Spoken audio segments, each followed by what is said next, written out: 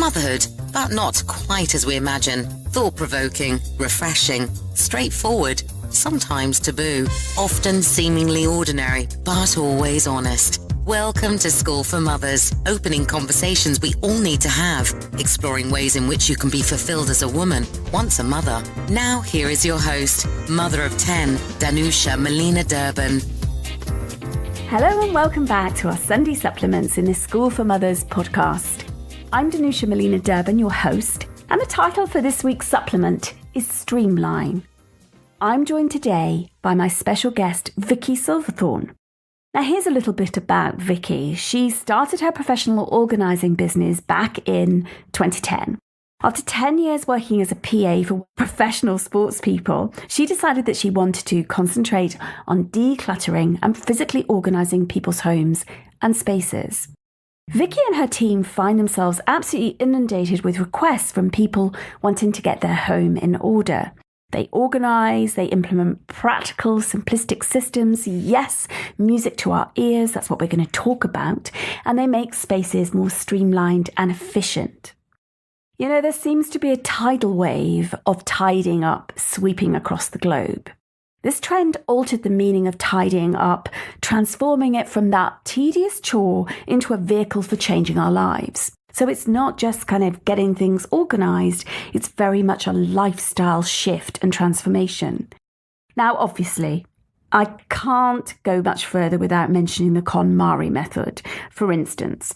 I mean, that's a mega popular practical philosophy for decluttering our homes. I mean, it's tapped into a kind of major cultural zeitgeist.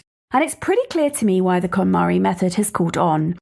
You know, there's a recurring emphasis on self-improvement and an obsession with restriction that can be found in everything from diet trends, where we learn to cut calories in order to be smaller and less encumbered by literal weight, and to a consumer culture fixation with replacing old things that no longer provide joy with new improved things that will. And decluttering isn't just for living spaces. I mean, the workplace is often in need of a good detox too. Which is why, here at School for Mothers, we had to dig deeper into finding ways that make our lives as busy women and mothers easier. I want to ask questions like, what does it take to bring order to our homes? And how do we find the time to actually do this when we're time poor anyway? Which is why most of us, or at least some of us, throw things into a cupboard in the first place. I'm going to be asking those questions and more. Let's get over to my conversation with Vicky. So about 7 months ago, I set up the School for Mothers group on Facebook. And there's about nearly 900 members from all around the world. And one of the most popular posts really surprised me because it's on the topic of laundry, and especially on how you manage your laundry, but also what do you do with all your socks and how do you organize those, and why do we get so many odd socks? And so when I was thinking about streamlining and professional organising, I couldn't think of a better person than my guest today, Vicky Silverthorn, who also is author of Start With Your Sock Drawer. So welcome, Vicky. I'm really looking forward to our conversation. Thank you so much. Me too. It's definitely my favourite subject. Yes. Now, Start With Your Sock Drawer. What's with the title? So the title is, I really wanted to make a book where it was kind of, you know, what's the saying, what it says on the tin. It does what it says on the tin. I feel like so many people, you know, especially in the UK, are time poor. That's what we all seem to have in common. What I didn't want to do was write this perfect book for, you know, people with perfect lives and loads of time who could spend hours on end and weekends decluttering. You know, that's not really, certainly from what I've seen, that's not the time people have. So Start With Your Sock Drawer is exactly where you should start, really, when you're decluttering, when you're starting the decluttering process. The idea is start with your sock drawer. It takes, say, 20 minutes.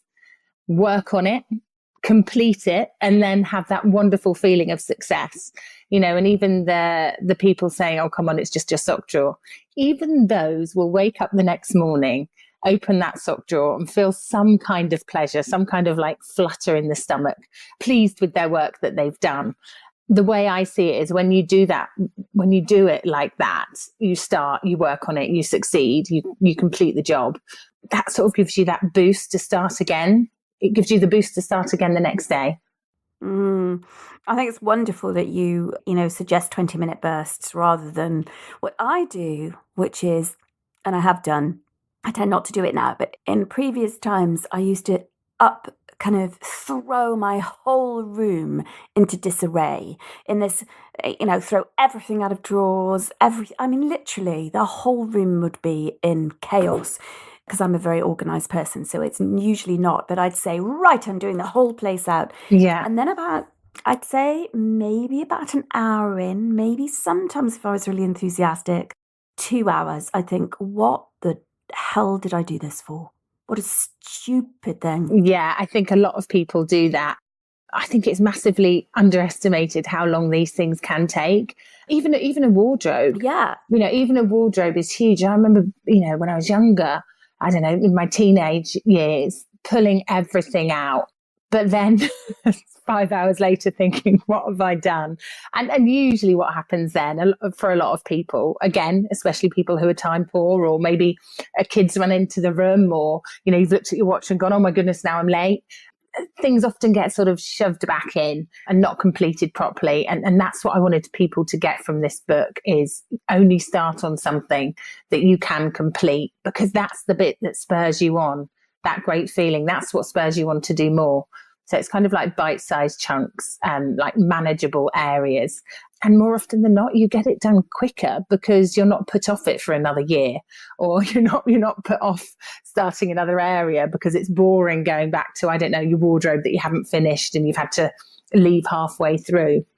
Yeah, exactly. You do half the job and then kind of stuff the rest in a corner. Exactly, exactly. Back onto the hangers, just like it was in some jumbled mess. By the way, my wardrobe is this, well, I don't know if this is the right thing to do. I don't really care. It seems to work for me. But I put all my colours, I go colour-coded. So all my brown things are in the same area. And then I organise by tops and then jackets and then, trousers and so then all the blues and the reds and the greens. I think that's fantastic. And to home into what you said to start with there, which was really important, which was, I don't care, if it's right or wrong, it works for you. And that is, without realizing it, that is such a huge part of how your home should be organized, and actually a bit that I feel people are getting a little bit wrong. For you, that works and you love that, and that makes you feel organized and it makes you feel good. Absolutely. And that is the point of what a lot of people I think are getting wrong. And I'm going sort of way sideways here, but it's because it's sort of been brought up accidentally here, is seeing a picture, say on Instagram, let's use the pantry as an example, covered in baskets top to bottom, seeing that as kind of perfection, and that's what they have to do, and then someone recreates it at home and it doesn't work, because there is no one size fits all. There is no specific rule when it comes to organization, because we all live so differently, and everyone's lives are so different, and everyone's spaces are so different. So I like that you've got that. It works for you. Who cares if it's right or wrong? There is no right or wrong. Yeah, exactly. So obviously Marie Kondo is at the forefront of now, this trend of streamlining and decluttering. Do you see this trend as positive? Oh, I definitely see this trend as positive, without a doubt. I think it's more than just decluttering. It's more than just organizing your home. If you took those bits as the core, if you're imagining a little on paper, in the middle is a circle saying decluttering and organizing. Stemmed off from that circle, in my view, would be mental health, would be well-being, would be so many other branches that it helps with. Consumerism, saving money. It's pretty endless with all the other areas that it can affect. They're just not sort of necessarily obvious ones that people would see to start with. I think Marie Kondo is fantastic, and the attention that she has brought to the industry is huge. But again, I think what's really important is that people don't see what she's doing as a rule, because it can end up being slightly, sometimes just as damaging as being messy or, living in a chaotic house. As organisers, we shouldn't be implementing OCD. We shouldn't be implementing perfection, and we shouldn't be encouraging people that there is one way of doing this and that is it. That is it. There's so many different ways that suit different people and their lives. But overall, I think what she's done is hugely positive. Now, you're a great advocate of Marie Kondo's, aren't you? But I think, you've talked about the rule, it not becoming a rule. Yeah, I think Marie Kondo is fantastic, and what she's brought to the industry of professional organising is huge. I don't even know, how much of an industry it was beforehand, before she came along. It was but it's gone huge since she's sort of come into play, as it were. When did she come into play? So what's really interesting is I feel like everyone's been talking about Marie Kondo very recently over the last year or so, but it's actually like a second wave. When I started sort of first hearing about her, it was many years ago, and there was the first wave of Marie Kondo when her first book came out, which I believe had actually been on the market for 4 years before it went boom and, sold millions of copies. And that was probably about, 6, 7, 8 years ago. So that's quite interesting that she's sort of back, and, hopefully she'll get a third wave and a fourth and a fifth, because she's fantastic.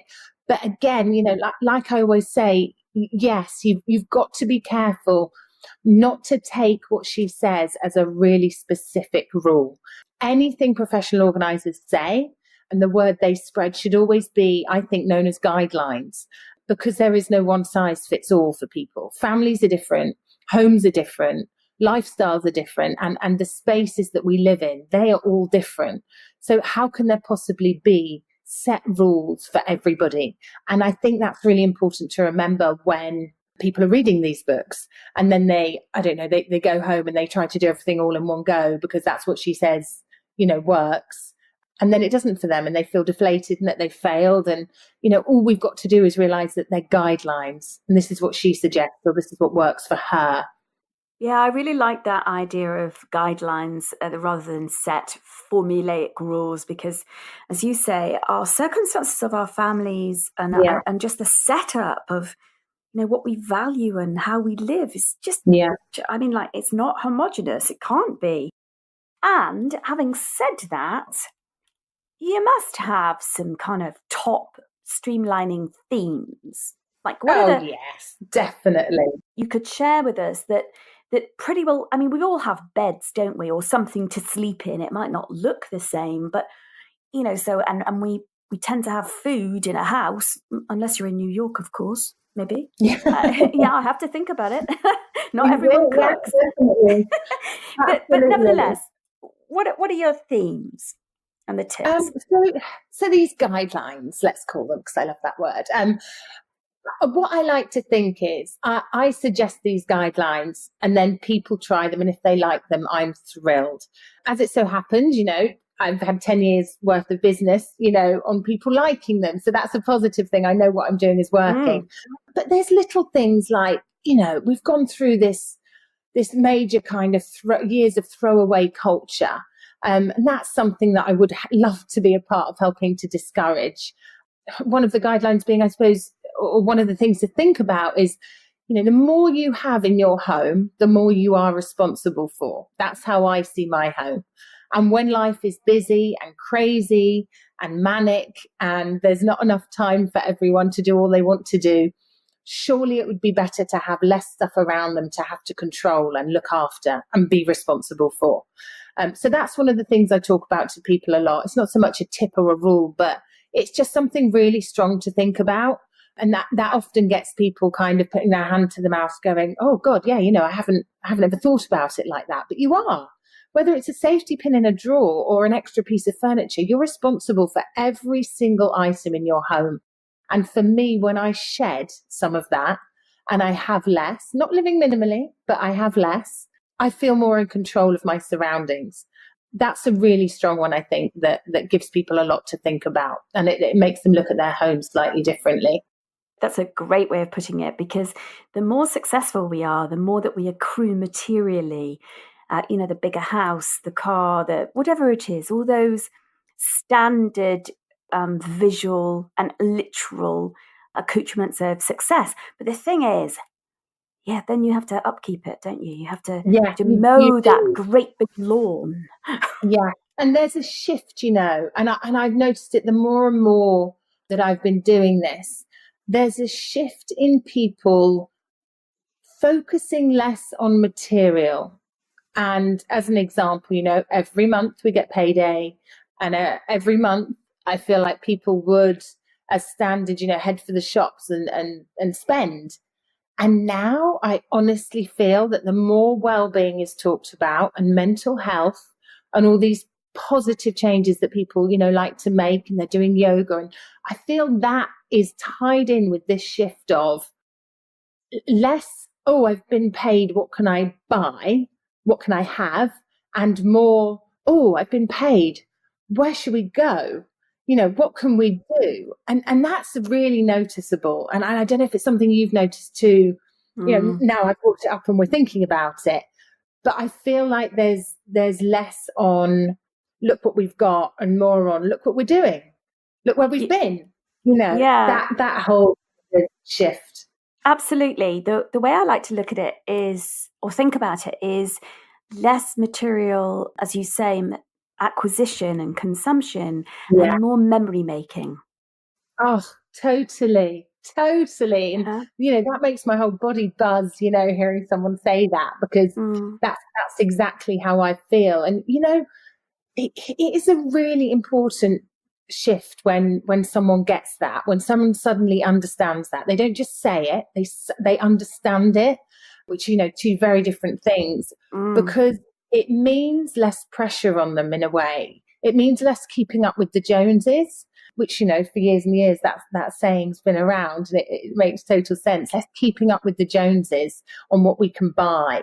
It's so mega important. And again, being outside in nature and going somewhere, rather than buying another thing that, might be important for 10 minutes and give us a buzz, but actually then that buzz goes down. Whereas, like you say, a memory, you buzz off that for months, years, for life. You really do.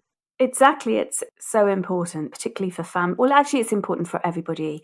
It's experiences. And I'm not talking necessarily about experiences that cost lots, but actually, walking along a beach, being out in company that you love and love you. So I think we're finding deeper meaning. In the tidying, professional organising, decluttering world, I've been thinking about, when we think about this, so for instance, I've been watching some of her programs recently, and there's a very big part of it, because it's a TV series. It has to be quite, it has to be visually extreme, doesn't it? So getting rid of our belongings, whether it's in the bin, the garbage, or whether to a charity shop, seems a bit of a privilege. And I think underneath everything, I've been just thinking about that there's an assumption that people have the means to replace or can choose not to have items. I wonder what your thoughts on this are. Yeah, well, I think you're absolutely hit the nail on the head there. What a privilege that we can clear out our house of so much stuff that we get to send it to charity, which, doesn't make us any money back, but it makes the charity money. That is a privilege. You're completely right. My thoughts on that are, I suppose, again, I'm sort of looking at what I can hopefully change, is the thought of not doing it in the first place. That's what I'd like to get to, a point of not buying so much that is then sort of wasted, as it were, coming in the house, going out the house, labels still on, hasn't been used, bought in error, bought in haste. And that's the bit that I think about there, focusing on not doing it in the first place. But I think also going back to your point of, we then have to replace it. Yes, we do. And that's where the fantastic areas come into play, like, reselling online. huge market for that. It's brilliant. You know, all of my friends talk about selling bundles online, you know, whether it's baby clothes, kids clothes, you know, all this is keeping, you know, a great little economy going as well. It's fantastic. It's also, you know, there's a lot of community spirit now online with all these sort of swapping pages on, say, Facebook. I think there's no specific way that anybody should get rid of their belongings, but there are many, many choices that people maybe don't realize are out there. To give you an example of that, you know, books, yeah, they can go to the charity shop, but books can also go to elderly care homes. You know, we do that at least sort of twice a month at the moment. You refresh someone's library. What a great lesson in life for not only us, but for children, spending that little bit more extra effort, finding a local care home and taking it to them. You know, there's so many other places that the items can go. You know, it's not just a charity shop for kids' clothes. Maybe there's a women's refuge centre nearby. You know, all of these can be lessons as well. Again, not just for children, but for us. Wires. Everyone has old wires lying around. They shouldn't just go in the bin. At your local recycling centre, used to be known as the dump, there's a whole section where you can take wires that will then be reused or made into something different. You know, the list goes on. Batteries, got to be recycled. All that extra energy in there that can be reused, recycled. I don't even know what they do with them, but I know enough that I've got a jar on top of my fridge that goes to Sainsbury's, you know, once every couple of months when it's full, because I don't want to waste that energy. There are so many different places. You can make this amazing cycle of giving back. Yeah, exactly. There's so many choices, aren't there, and options. So two things, the tips, the more you have, the more you're responsible for. So thinking of it like that and shedding responsibility and being conscious about what you're responsible for and that lighter end and memory making and you know, rather than going out now at payday and buying, and then thinking differently about the places that you can actually recycle. So thinking creatively, and I love all your suggestions. So what other tips have you got, streamlining tips for busy people, would you say?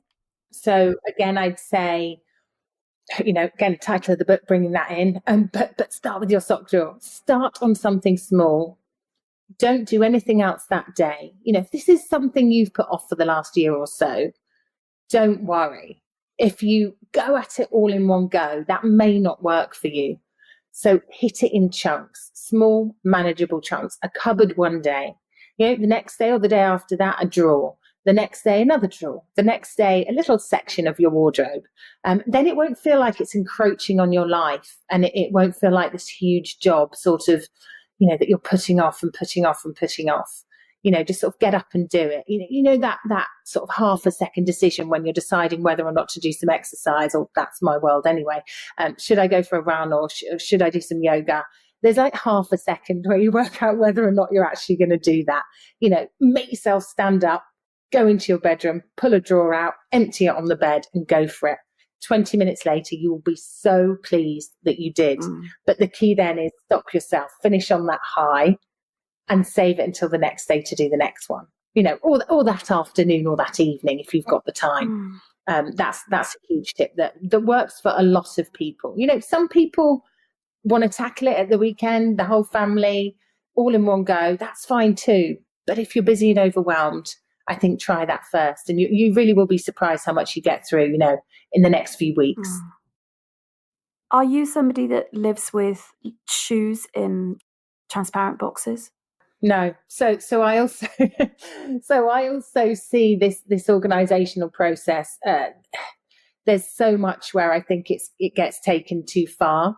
Listen, I'm not saying that shoes in boxes isn't too far, but for me, if there's a block, and again, I call it in my book a block in between me and my belongings, more than likely I will either forget they're there, not use them, or if you're in a rush and there's a block in between you and it, whatever it is, you often turn the other way and decide not to do it because it feels like too much work. And that sounds a bit dramatic, but, you know, as an example, and I do see it, say you've got cereal lined up in a cupboard, and then you've got jars in front of those cereal boxes. I would call those jars a block. because that means that every day, just to get to your cereal, you have to move 5 things. And it's actually a lot more common than you think, even though you think, well, why would you do that? Of course you wouldn't do that. If you look around your home, you will suddenly see all these little blocks, which is something getting in the way of something.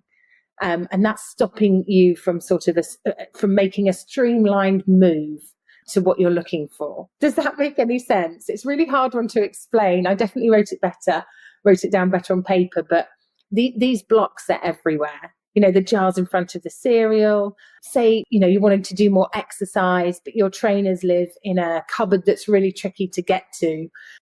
I believe that might stop you going running. Well, of course. Tiny things. Well, they can be tiny or they can be big. I mean, if you've put your trainers in an awkward position in the house, I mean, basically, surely you've consciously shoved them in there because you don't really want them out. Or you've not even thought about it and just thought this is where they live, but not realised this is a really impractical place for them to live. Why aren't I going running? That's because none of my stuff is easy to get to. So, yeah, these blocks are everywhere. So that's one thing I do look at my home constantly and sort of assess. I quite like that task. Yeah, so help listeners in that assessment. So if they were going in the kitchen, if each one of us went into our kitchen, what would the job that we would do in order to assess those blocks? So we would go, let's say, open the under the sink cupboard. What would you be looking at if you were looking to assess the blocks there? Absolutely. You're looking at seeing if anything is crammed in. You're seeing if you pull one thing out, are 5 things going to fall down? You're seeing what is easy to access that you use every day. You're pulling the stuff that you use every day to the front, and the stuff that you use more occasionally, you're pushing to the back. Same in, where kids' toys live. What's on the bottom of the pile?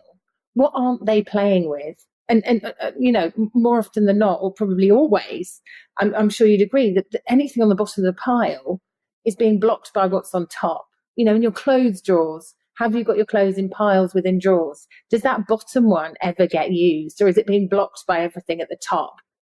So you're looking to see what's blocking what, and is it stopping you from being efficient with your belongings?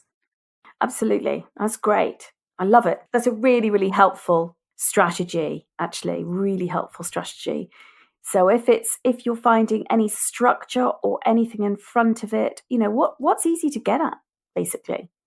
Yeah. It brings me into sort of another really great tip, which again, I find really common in people's homes, and that is taking the occasional items. So any items you don't use daily, you only probably use monthly or every few months or even once every 6 months or a year. Maybe it only comes out at Christmas or dinner parties. Taking any of those items from your home that live in your daily use spaces. So in other words, the prime location in your kitchen, say you've got some big cupboards, and in those cupboards are dinner party platters, and those platters get used once every 6 months. Is that a good place for those platters to live when on your work surfaces are a number of items clogging up your space that could live in that said cupboard?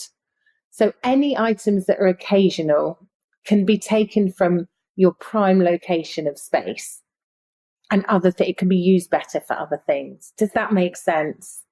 Oh, perfect sense. Of course. Yeah. yeah, it does, because it's it's taking up valuable space that is probably or possibly blocking. It's just, you don't need it in that area. You could put it somewhere else. No. And it's these kind of things that people, unless you're in this job, I suppose, you wouldn't necessarily think of in our crazy, busy, hectic lives. It's not things you'd sort of go, I know, I'm going to sit here and think about what is in my kitchen. You wouldn't necessarily do that. But as soon as we have the conversation about it, then people spark into action and they start going through the kitchen cupboards. So the more we talk about it, the more action people take. It's really interesting. Sometimes taboo, often seemingly ordinary, always honest. I'm interrupting this podcast episode to make a really quick announcement. So recently, I learned that the British Podcast Awards are in full swing. And here at the School for Mothers podcast, we'd love to have a shot at the Listener's Choice Award. This is an award as a reward for the most votes made by fans of any podcast. In other words, listeners choose who they want to vote for as their podcast choice. It's all down to the amount of listeners' votes any podcast gets. The School for Mothers podcast team, we're a very, very dedicated team behind this podcast, work really well behind the scenes to create podcast episodes that hopefully bring genuine value to you, our listeners. We're always sharing that there's no one way to be a fulfilled woman with children. And most recently, we're also sharing on our Sunday supplements kind of tips, hacks, strategies to make our lives easier. If you enjoy our podcast, please could you go and vote for us in the Listener's Choice Awards? We'd be so excited. Let me tell you about voting. It's super simple. You can find the instructions in these show notes and on our website too. That's schoolformothers.com. Voting closes at 1700 hours UK time on the Wednesday, the 15th of May, 2019. Thank you so much for all your support. It means a huge deal to us. If we make the top 10 or indeed win, oh my gosh, you'll be hearing about it. Anyway, back to my conversation with Vicky. Schoolformothers.com. Which is the messiest room consistently in people's homes? I would say the least efficient would be kitchens, and I'd say the messiest probably bedrooms. Mm-hmm. Great. Clothes. Love that distinction. So efficient. Yeah, that's great. And yes, clothes. So clothes are usually the main problem, definitely. Clothes squished in wardrobes, maybe seasonal clothes together, winter and summer all crammed into one wardrobe when actually there isn't enough space for both of them and half of them could live under the bed. I think mainly though too many clothes is what causes problems in the bedroom, definitely. And people put them out, put them back in again. Yeah. And do you see a difference in the way that women and men live with their clothes? That's quite an interesting one. When we're booked, when we've got an inquiry call and we'll have a chat with the inquiry, the person who's inquired, often people sort of say, no, I'm fine, but my husband, he's a bit of a hoarder. Or if the husband phones up, they'll say, I don't think I've got that many stuff. Oh, my wife, she's so messy. And then when we actually get on the job, it's quite revealing for them because often they have more than they realise. They're sort of worse than they think. And, they put their hand up and they confess, God, I've got a lot more stuff than I thought I had. And, here I've been for the last few years blaming it on my partner.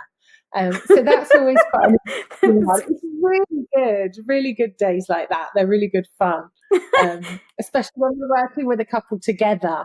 It's great. Really, really good fun. Yeah. Have you ever had mediation problems?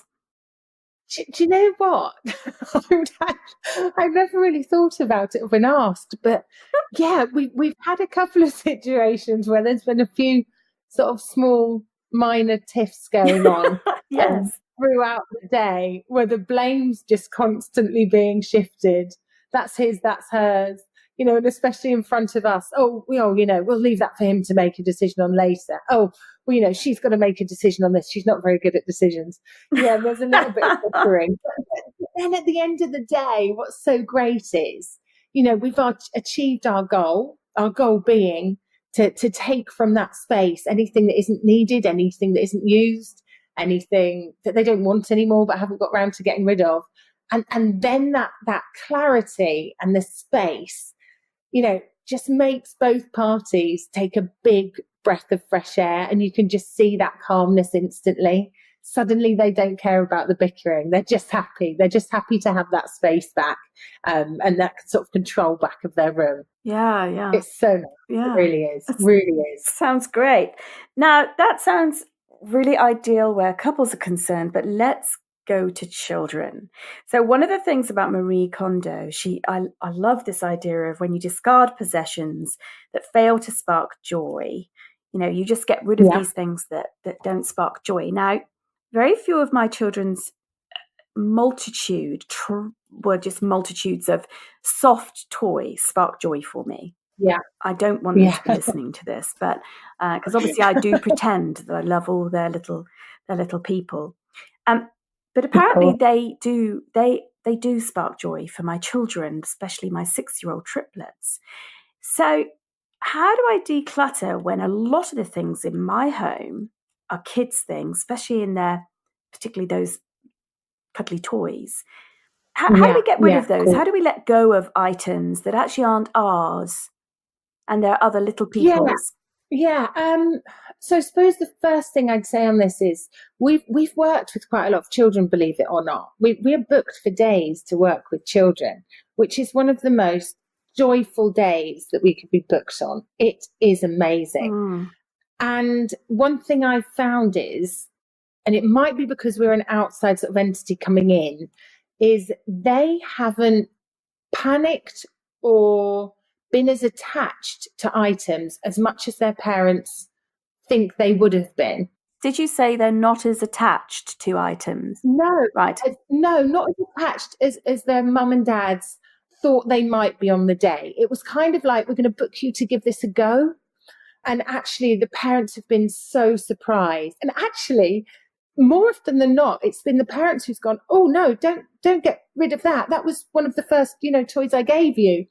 And this is just a sort of general observation. I'm not saying a right or a wrong, but that's frequently what's happened. And I think, I'm sharing this story because I think it's so interesting. I think that there is probably an element that a parent does of decluttering a child's space without them knowing. And I think that's okay and that's practical. But I think that it's really good then for the child to be involved. What we often notice is as soon as a space is reorganized, the child will obviously beeline for their favorite things, checking that they're still there.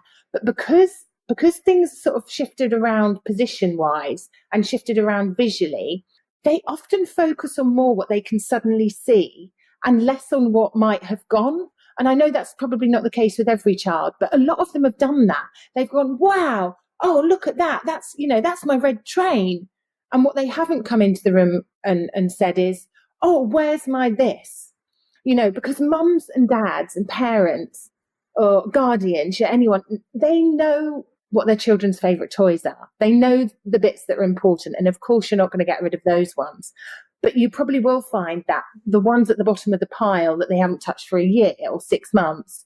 So I think it's okay for parents to declutter, a section of their children's toys without them being there. I don't think the child has to be aware of every single item. We've got much more awareness of that. But I think for them to be part of the process is a really healthy thing. So perhaps once we've done a bit of a declutter and an organise, to make sure that they feel secure about the process and that it becomes a bit of a norm for them in their life, putting a basket aside and saying, we've organised your space and your room. Look at all your toys. You can see them now. Really excited and positive about that. But look, we've got a basket for you to go through now. You can decide, and then they make the decisions on out of that small basket, what is going to go and what is going to stay. If they decide it's all staying, fine. But they might then choose to get rid of a few things, in which case, great. Another really important thing here is, I'm not a parent myself, but I do know very much that children read off our expressions and our emotions, don't they? So if we're looking worried and explaining what they're going to do in a worried way, like, oh, we're going to declutter, but it's okay, you're going to be all right, you're going to get rid of a few things, are you okay? Then they're going to think, oh, God, there's something that I could be worrying about here. This is awful. Whereas if we're like, look, I've put a basket there, you're going to have a look through, that's it, tip them all out. Which ones do you play? Which ones do you play with? A bit more matter of fact, a bit more positive. Look, mummy's doing it too with her basket.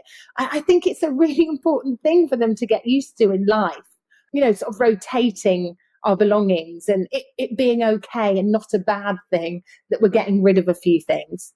And I'm not talking about the subject of not being precious about our belongings. Of course we should. Books are important, toys are important, everything should be treated with respect, whether it's a toy or a book or anything they own, any of their belongings. But it's more getting them used to the sort of churning in our home of stuff that leaves sometimes, that we grow out of, that's okay, and making sure there's a positive spin on it.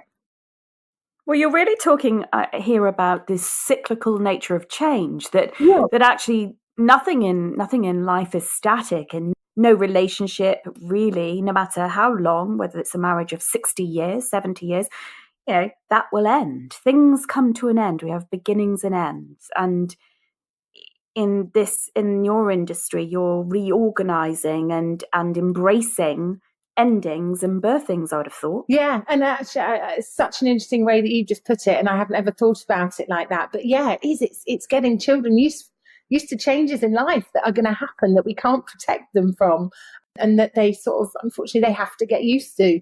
Change happens. Yeah, so that's such a good way of putting it. Such a good way of seeing it.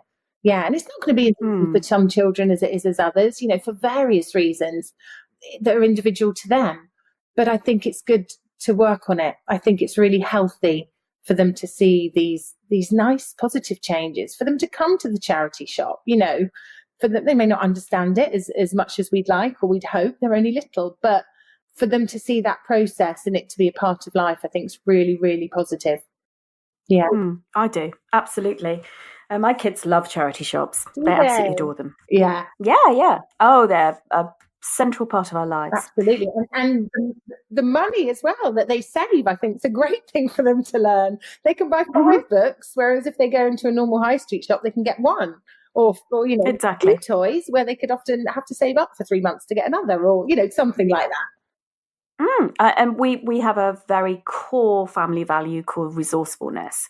Yeah. So, that is just so instilled in our family that and what I mean by resourcefulness is buying secondhand, it's recycling, it's repurposing, it's swapping, it's all the things that we're talking about, because it's very rare for us as a family to buy anything new. Very rare.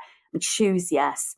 Underwear, yes. Yeah. And really anything else is game. We're up for it. We love it. I think it's fantastic. I love it. Yeah. Me too. One of the things I have a loft full of is boxes of photographs. Now, I've got these boxes and boxes and boxes, and they're all beautifully stored, by the way. Yeah. But nevertheless, they're up in my loft. And I'm wondering what you suggest someone like me does with them. How do I get the time to do anything with them? What are the creative ways of dealing with those boxes and boxes of much loved memories? They're all in there. I don't want to get rid of them, but they're not up on my walls, and they're just sitting there. It feels a bit odd for someone like me who is a very very ordered person. Yeah. Help me out. I actually love this subject for so many reasons. I think one of the first things to say is that when we're talking about organising photographs and memories, it should almost be a totally separate subject to decluttering and organising anything else in the whole home. Because let's face it, these photographs and memories are kind of the most precious things we own, in my view. That silly little question, but if your whole house burned down, God forbid, what would be the most important thing? Obviously, other than your children, it would be these memories. They're more important than anything. The photographs, wow. I mean, for me, my photos would be what I ran out the door with, without a doubt. Obviously, making sure everyone's safe first. Yeah. For me, it should never be seen as like a horrible task or one to dread. And it shouldn't, like I say, be in the same category as anything else that we're organising. Photos, I've got a bit of a different one than other people, or certainly a lot of people that I speak to regarding photographs. I don't make albums anymore. I did when I was a teenager and sort of, maybe up to my early 20s. But the more I got into this organising, and certainly then the more digital came into play, I still print my pictures. I print 10 a month.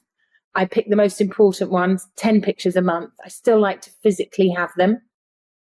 Mm-hmm. And how I organize mine is in boxes. I don't worry about dates. I don't worry about, maybe if they've just been printed, those 10 get, the date written on the back or the month and the year. But I don't worry about putting them in albums. I haven't got time to put them in albums. I don't think people realize sometimes, putting photos in an album can take like a day or two. It's a crazy amount of time that it takes. And yes, it's worth it at the end. But number one, it's more bulky. And number two, the time it takes, we often don't have. And again, I see half finished albums in half of the homes that I go into. And that makes me feel sad, and it makes people feel sad. So I think simply printing out pictures and putting them in simple boxes that say family or kids or old photos, keeping it as simple as that is how I love to organise my photographs. I was literally having that conversation this morning, funny enough. As for the amount there are, I do think photographs sometimes need to be decluttered. I've certainly gone through so many old photographs of mine and got rid of the ones where I don't recognise the scene. I don't recognise where they are. And if there's multiples of the same sort of image, as it were, 10 family pictures of exactly the same one, I'll either give those away or get rid of some. And actually, I was really surprised how many I could get rid of effortlessly. And to go back to sort of more specifically your question, I don't think it matters if they are in your loft.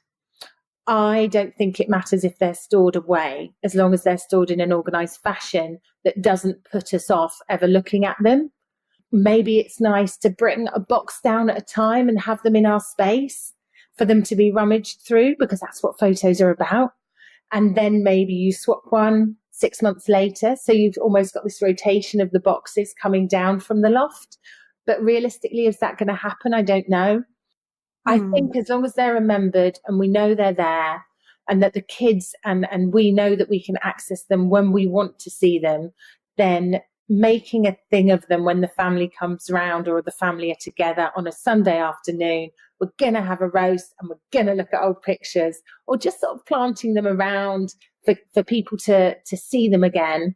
I think that's the important bit. That's such a long-winded answer I've just given you, but it's such an important thing to have them, I think, physically. And it's such an important thing to have them organised. They're the main things in my world. It is such an important thing, and it's the lineage piece. It's the retrospective look back to grandpa, grannies, places we used to live. It's all those. So so much of life is about making memories for now and in the future. Actually, we've done that. We've and if they're locked away in boxes, I just feel like two things come up for me, which is, well, they're locked away and they're not being aired, they're not being remembered and enjoyed. It's almost as if that's gone. Whereas, well, that has made us, that has brought us to where we are. But also, what if something happened to them? So part of me is considering digitally scanning them in, because, like, look, I want to make sure that they're there. Yeah. Well, what I actually also notice is that, this is going to sound morbid, but a couple of years ago, being resourceful, I was looking for a little cabinet. I went round to this lovely local house, and this lovely young woman showed me around, and there was a variety of things for sale, and more than I ever realised. And it was because her mum had died very young with breast cancer. And it was a really sad moment. She was packing up her mother's things, and she was selling many, many things. And she said to me, she obviously wasn't selling photos, but it made me realise when she said, I really wish that my mum had taken me round our house and she had said to me which things really were important to her.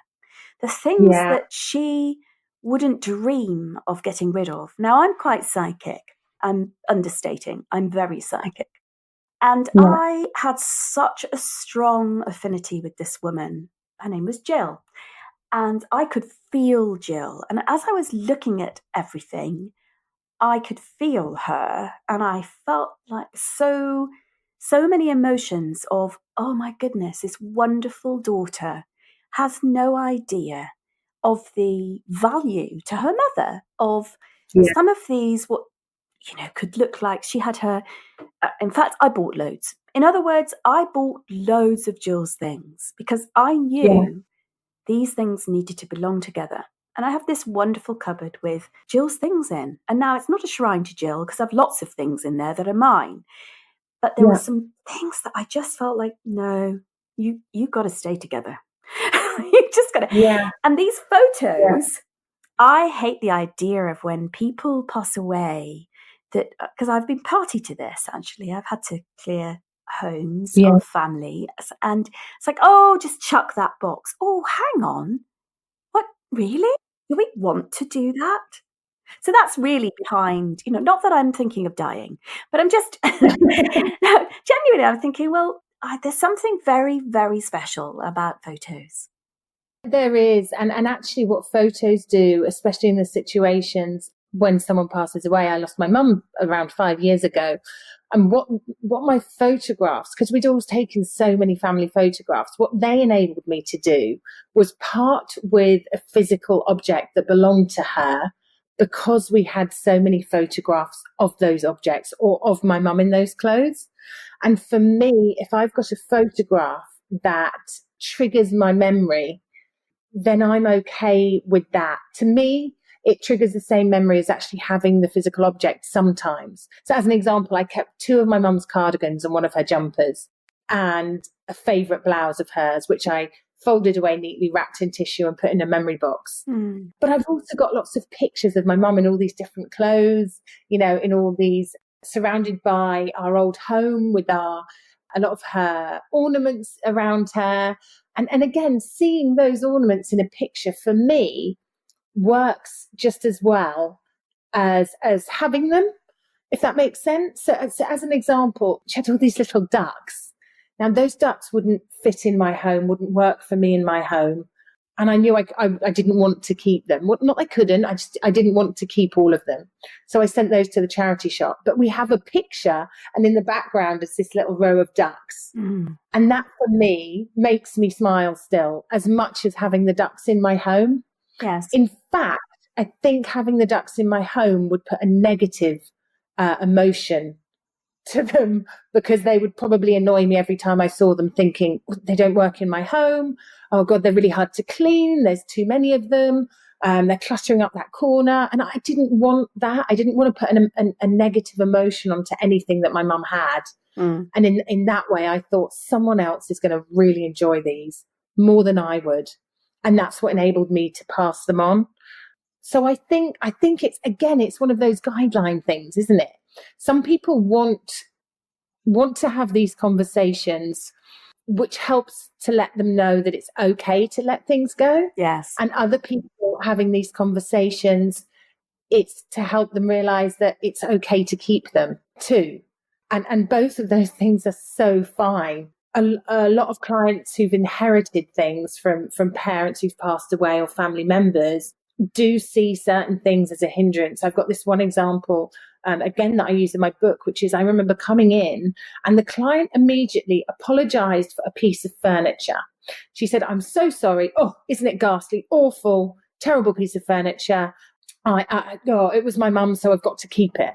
And I thought, every time someone comes in here, you're putting that negative spin on this item of furniture that was your mum's. So it's gone from being good to bad. And I thought, she needs to get rid of this, because someone else will be like, "Wow, do you like the piece of furniture I've just bought? Do you love my new table?"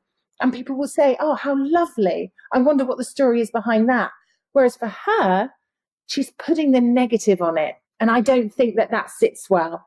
I think that's probably a good way of thinking about how good it is to get rid of stuff sometimes. Totally. If that makes complete sense. Yeah. It's the feeling that it brings to you. Totally is. Yeah, really is. And that's so individual. So if it's evoking the sense of duty that you've just got to have it, and that then we're dragging things from other people's desires and dreams and lives rather than the ones that are actually ours. So I think it's taking up our own agency and creating, designing our own life and designing and organizing our own life the way that we want. And that's incredibly empowering. Incredibly. It is. Yeah. And so is actually the feeling of when you eventually do get rid of something you've really been struggling to, that can be empowering too. Let's use the negative table as an example. For years it's sat in your house and you hate it and you apologize for it. When it goes and the next day you wake up and you realize that life is still okay, that you're still okay, that you're not a bad person, and that you enjoy the space instead of where the item of furniture was, that's really empowering too, that you're still going to be okay, and realizing that. And funnily enough, it's sometimes that one item that can kickstart you into a really good cull of the things in your life and your space that you don't need. It gives you that strength, getting rid of that one item, just that amazing strength and sense of empowerment, and it boosts you into doing more and more. Well, we come back really to assessing blocks, because that one block can be I would imagine, the trigger and the kind of, that you could take that out. It's the obstacle that allows you to move forward. And I love that. It's really great.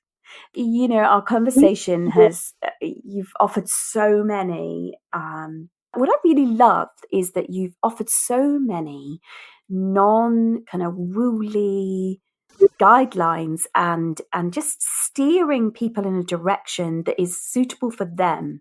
And that is so refreshing, because so much of the organizing world is formulaic, and that can just feel a bit off-putting. And really super love the fact that Marie Kondo has brought so much light, has shone a light and continues to shine a light into a world that is in an industry that is so needed in our lives, and anything that reduces our consumerism and kind of disposable, that throwaway culture, as you talked about right at the beginning. We're all for it. So thank you so much for today's conversation. Listeners, you'll find in the show notes how to get in touch with Vicky Silverthorn. Vicky's a wonder in the industry. And thank you. It's been a real privilege to have this conversation with you, Vicky. Thank you so much. And honestly, it's been a total privilege back for being invited on. So thank you so much. Yeah, lots of love. Bye. Thank you. Bye. Listeners, I hope to never forget Vicky's gift of these words. The more you have, the more you're responsible for. I'm going to look to shedding responsibility responsibly, if that makes sense. Yes to assessing blocks in absolutely every room, maybe even in relationships too. Who knows, eh? And as Vicky counselled, start small with manageable chunks. I loved that. 20-minute chunks. Don't do what I do, which is throw the whole room up and then get bored by doing it and throw it all back. I hope you've really gleaned lots from this conversation that I had today with Vicky Silverthorn. She's great, isn't she? I know I'm going to look at my home differently from now on, and I'd love to hear if you are too. Please write to me at podcast@schoolformothers.com. Love to hear your thoughts. Love to hear what you do in your homes, since you've heard from Vicky and myself. Now then, our next episode, can't believe it's EP 27. How did that happen? Is called Boss. And I'm super duper excited to share with you the force that's Vicky Pisarius. There's no one quite like Vicky in the mum influencer world, and we're bound to have a humdinger of a conversation. Hope you'll listen in. Now that's on Wednesday. And if you're liking these Sunday supplements, in a fortnight, I'm going to bring you something really different. We've honoured mothers on our Mother's Day special. We've talked sleep and streamlining. So I guess it's time to turn to sex toys. Right now, I'm really don't quite know what we'll get up to, but I am sure it's going to be a blast. I hope you'll join me to get right down to it on sex toys. Expect more of those awful puns, by the way. I have no doubt there'll be quite a few littered into my conversation about sex toys. That's it, folks. Till next week, same time, same place. Really hope you'll meet me here. Thank you for joining us. Hope you'll be, listening in on Wednesday. Hope you'll listen in to the next Sunday supplement. Take care. Bye. Thank you for tuning in to the School for Mothers podcast. To continue the conversation and keep your dose of inspiration up, head over to schoolformothers.com/podcast, where you'll find bonus content from Danusha and her guests on habits, recommendations, books, best apps, time-saving secrets, life hacks, health, sleep and anything in between. That's schoolformothers.com/podcast.